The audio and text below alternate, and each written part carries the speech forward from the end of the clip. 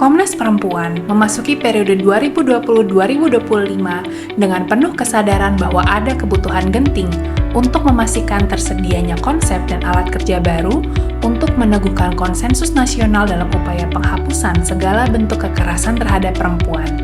Kebutuhan ini hadir terutama karena pada periode inilah Indonesia melewati seperempat abad reformasi, yang berarti pula seperempat abad usia Komnas Perempuan.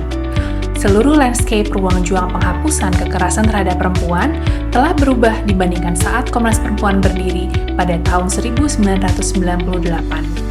Ada banyak kemajuan di aspek kebijakan, lembaga yang bertanggung jawab dan terlibat dalam upaya memastikan hak-hak korban atas kebenaran, keadilan, dan pemulihan, serta perubahan di masyarakat untuk pencegahan dan penanganan kasus kekerasan terhadap perempuan. Namun, saat bersamaan, masih berakar kebijakan yang bersifat kontradiktif dalam hal pemenuhan hak asasi perempuan, kondisi lembaga layanan yang masih terkonsentrasi di Pulau Jawa dan perkotaan dengan kapasitas yang terbatas, serta budaya impunitas dan menyalahkan korban di tengah masyarakat. Tantangan ke depannya pun semakin kompleks, terutama terkait dengan pemiskinan yang terus berlanjut dan jurang kesejahteraan yang semakin lebar dan dalam. Tantangan semakin nyata ketika pandemi COVID-19 menghantam dunia dengan skala dampak yang sistemik, meluas, dan tak terduga sebelumnya. Dalam situasi ini, kemajuan teknologi digital yang eksponensial menjadi pisau bermata dua dalam penghapusan kekerasan terhadap perempuan.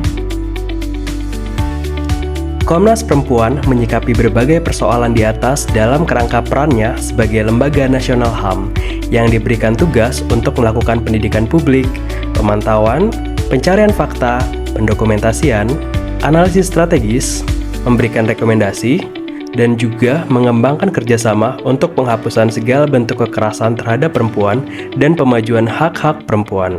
Dalam periode 2020-2025, Komnas Perempuan merumuskan 5 isu prioritas kerja, yaitu A. Konflik dan bencana, B. Penyiksaan dan perlakuan atau penghukuman lain yang kejam atau tidak manusiawi atau merendahkan martabat manusia, C. Kekerasan seksual, D. Perempuan pekerja, dan E. Penguatan kelembagaan. Hasil kerja Komnas Perempuan 2020-2025 dalam 8 kategori. 1. Rujukan pengetahuan. 2. Rujukan alat kerja. 3. Dokumen informasi publik lainnya. 4. Rekomendasi kebijakan. 5. Layanan informasi dan interaksi publik. 6. Platform kerjasama dan dukungan publik. 7. Penyikapan dan pengaduan kasus.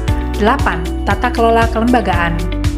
Terdapat 1.251 dokumen utama hasil kerja yang terdiri dari 156 rujukan pengetahuan, 203 rujukan alat kerja.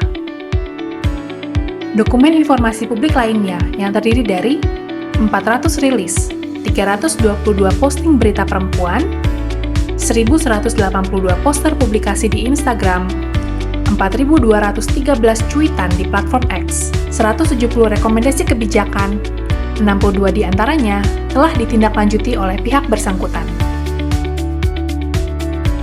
Layanan informasi dan interaksi publik.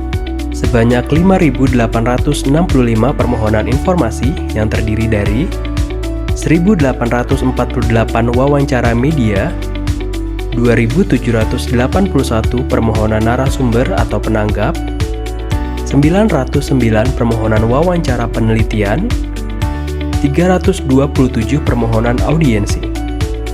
Sejumlah 3.660.531 respon publik yang terdiri dari 2.919 pemberitaan rilis di media massa, 2.321 dokumen akademik yang mengutip Komnas Perempuan, 546.711 pengunduhan informasi dari situs Komnas Perempuan hingga tahun 2023, 8.838 peserta kunjungan atau audiensi ke Komnas Perempuan, 2.927.236 kunjungan ke situs Komnas Perempuan hingga tahun 2023. Terjadi peningkatan interaksi publik melalui kanal sosial media Komnas Perempuan yang terdiri dari 310% kenaikan subscriber YouTube menjadi 2.819 subscription, 28% kenaikan followers Facebook menjadi 7.866 followers,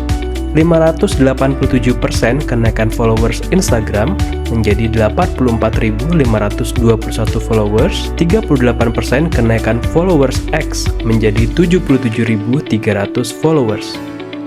Sejumlah 655 platform kerjasama dan dukungan publik yang terdiri dari 5 kampanye kunci, 2 kerjasama sinergi data, 1 mekanisme lintas untuk pencegahan penyiksaan atau KUPP, 1 akademi penghapusan kekerasan seksual atau APKS, 75 MOU dan PKS termasuk respon cepat perlindungan perempuan pembela HAM, 571 agenda kampanye 16 HAKTP di 20 provinsi dan di 3 wilayah luar negeri, naik 3 kali lipat sejak 2020.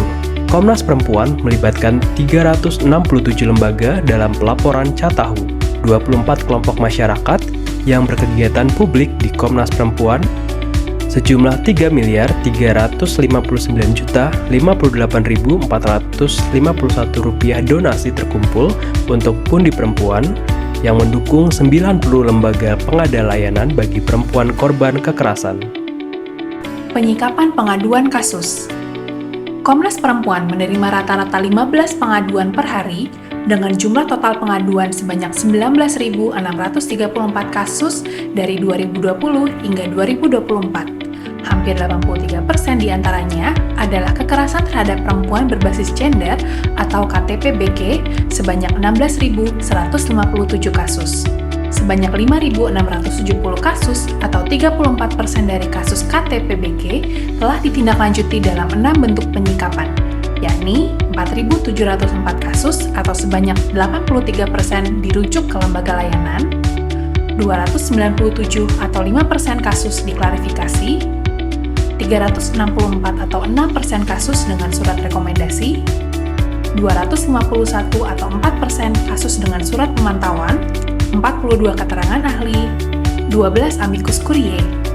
Respon atas mekanisme rujukan terdiri dari 573 rujukan ke 108 lembaga layanan, 44% atau 252 korban yang dirujuk merespon rekomendasi, 76% atau 189 korban menyatakan puas pada pendampingan yang diperoleh. Tata kelola kelembagaan. Total anggaran yang dikelola oleh Komnas Perempuan sebesar Rp162.452.419.000 dengan komposisi 80% APBN dan 20% hibah. Jumlah APBN cenderung meningkat dari tahun ke tahun dengan peningkatan sebesar 78%. Komnas Perempuan meraih nilai kinerja anggaran rata-rata 92,93 dengan kategori baik, dengan rata-rata penyerapan sebesar 96% per tahun. Indeks kepuasan masyarakat terhadap layanan Komnas Perempuan meraih skor 78 dengan kategori baik.